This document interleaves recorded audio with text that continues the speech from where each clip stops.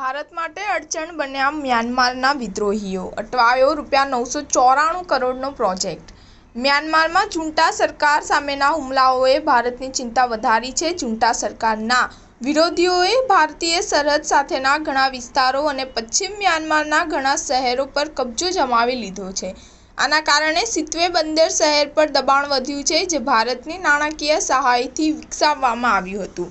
સિતવેમાં ભારતના consulate general પણ છે. મીડિયા રિપોર્ટ અનુસાર, ગયા અઠવાડિયે અરાકના આર્મીએ કહ્યું હતું કે એમને સિતવે શહેરથી 30 કિલોમીટર દૂર સ્થિત એક પોલીસ ટાઉનશીપ પર કબજો કર્યો છે.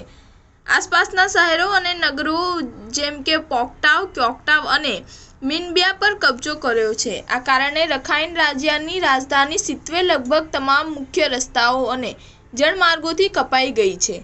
ભારત રખાઇન રાજ્ય અને સિતવેની સ્થિતિ પર નજીકથી નજર રાખી રહ્યું છે અને તમામ આકસ્મિક પરિસ્થિતિઓ માટે જરૂરી તૈયારીઓ પણ કરી રહ્યું છે.